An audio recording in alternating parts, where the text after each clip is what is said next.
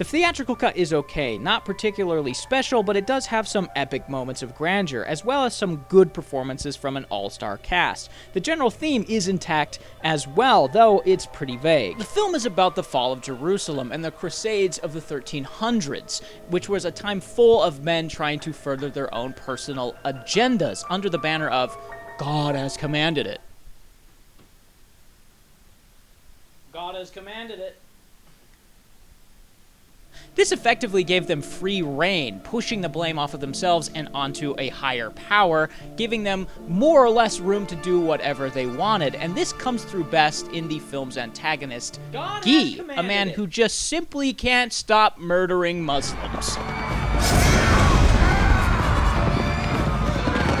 Guy even attempts to start an all-out war because he's a hateful, vindictive, and egotistical man hell-bent on the mass genocide of people he has no interest in understanding. And if there's one thing the theatrical cut does well, oh my god, it's the stark contrast between him and Balin, our lead, Orlando Bloom. Orlando Bloom is shown on many occasions to be a good man, or the perfect knight, and this is a threat to Guy. He believes God has abandoned him, so he just intends on being a good man anyway, to honor himself and his late father, putting himself inadvertently into God's favor.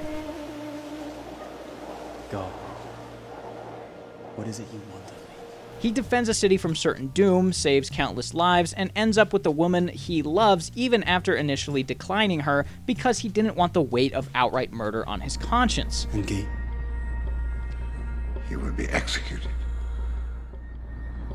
I cannot be the cause of that. Outside of this, the theatrical cut is a complete mess of vague motivations, questionable decisions, and flat-out confusing scenes strung together so loosely it felt like the film itself might unravel if you looked hard enough. The first act is by far the most butchered. Orlando Bloom does a series of questionable things with little to no motivation behind them, like when he murders this priest guy for no great reason outside of him owning the cross that his dead wife had when she committed suicide. This is an important moment because it effectively kicks off the entire story. Balin follows his father, Liam Neeson, to Jerusalem seeking absolution for his sins because of this moment, but we don't even fully understand why it just happened. It makes Balin appear erratic and quick to violence, which, if we watch the rest of the film, we know is the exact opposite of who he really is. It's poorly setting him up, and this is all due to some pretty sloppy editing at the start. Naturally, this is a symptom of the studio mandate to cut down the film to save on time. They didn't want it to be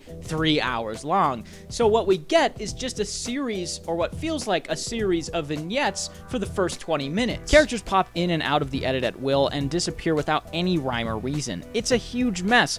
These same issues persist throughout the theatrical cut as a whole. We later meet Eva Green's character, Sibylla, who is made out to be a completely sporadic, nearly sociopathic princess, getting with Balin just because and giving the rule of Jerusalem over to someone she absolutely knows is a terrible choice for no good reason.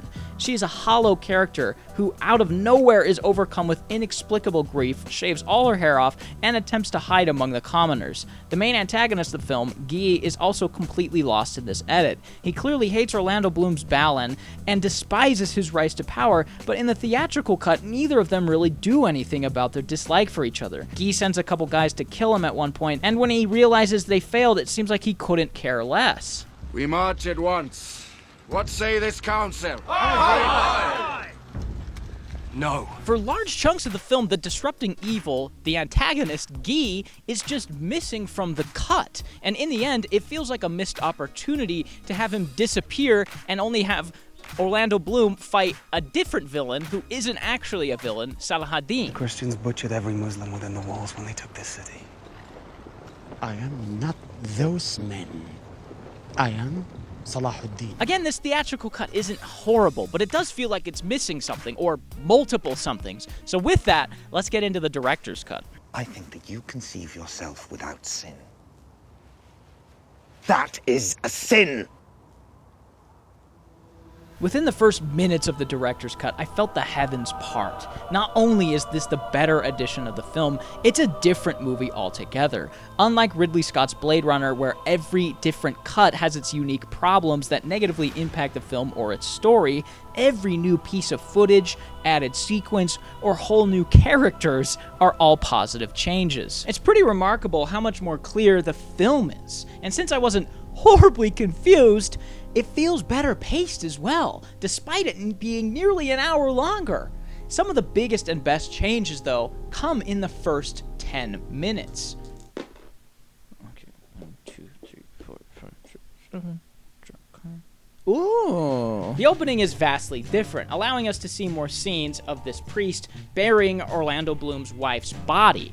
We find out critical pieces of information in this cut that are left out as well, like how the priest is Orlando Bloom's brother, making the girl he's burying family, and yet he still has the audacity to steal from her dead corpse and mutilate it, opposing the priest that he serves.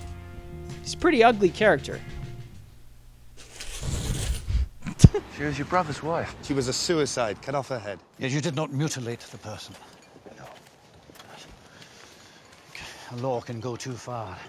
It can go too far, I ask myself. Would Jesus do it thusly? Boom! Suddenly we understand the true filthy scumminess of this character, brought home once again by him trying to pick a fight with Bloom. Another critical change is the revelation that his wife was pregnant and lost the baby. Something so painful it drove her to kill herself. This level of loss is palpable on Bloom's face. His wife and child are gone in the blink of an eye, and yet he still has to deal with a disgusting man that threatens him with power and gloats about cutting his wife's head off. She is in hell. Though what she does there without a head.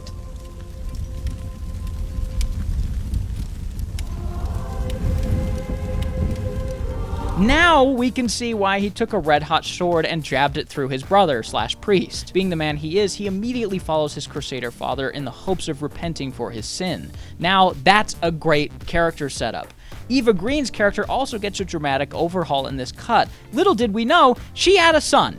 Not seen or mentioned in the theatrical edition at all. An entire character scrubbed away. This one is truly baffling, as he is everything to this character. Every action she takes is for the betterment of her son, even when, in the end, she kills him, hoping to spare him from the pain of leprosy that plagued her brother and save his soul from damnation. What a dramatic change.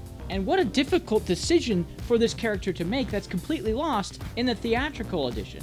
Watching what she and Orlando Bloom go through makes them coming together at the end outside of the war feel way more satisfying. There's also a much more focused look at the themes here. Professor Lupin is in this as a healer of sorts who has little to nothing interesting to do in the theatrical edition. Outside of a good performance and decent monologues, he's nothing more than a man who seems to share the same feelings Balin does. Again, he's a dramatically different character in the director's cut, even alluded to as God. He disappears and reappears at will and seemingly resurrects Bloom at one point, solidifying the theme at the heart of religion versus true godliness. People use the name of religion as a shield to hide behind, but Bloom never does. They must ask for terms. Convert to Islam. Repent later. You've told me a lot about religion, Your Eminence. He wants so badly to be close to God, but due to the loss he's suffered, he believes he's been abandoned. Even though he thinks this, he's still a good man. He's slow to violence and only really uses it to defend himself or others around him. He gives people the benefit of the doubt and always fights for what he believes is right. And for this, God watches over him. Yeah, it really is a different movie. On the surface, you can see how the pieces fit together in the theatrical edition, but by removing key moments of motivation, it absolutely cripples it. The director's cut really is the definitive edition, and it's kind of a redemptive cut, too, for Ridley Scott and editor Dottie Dorn.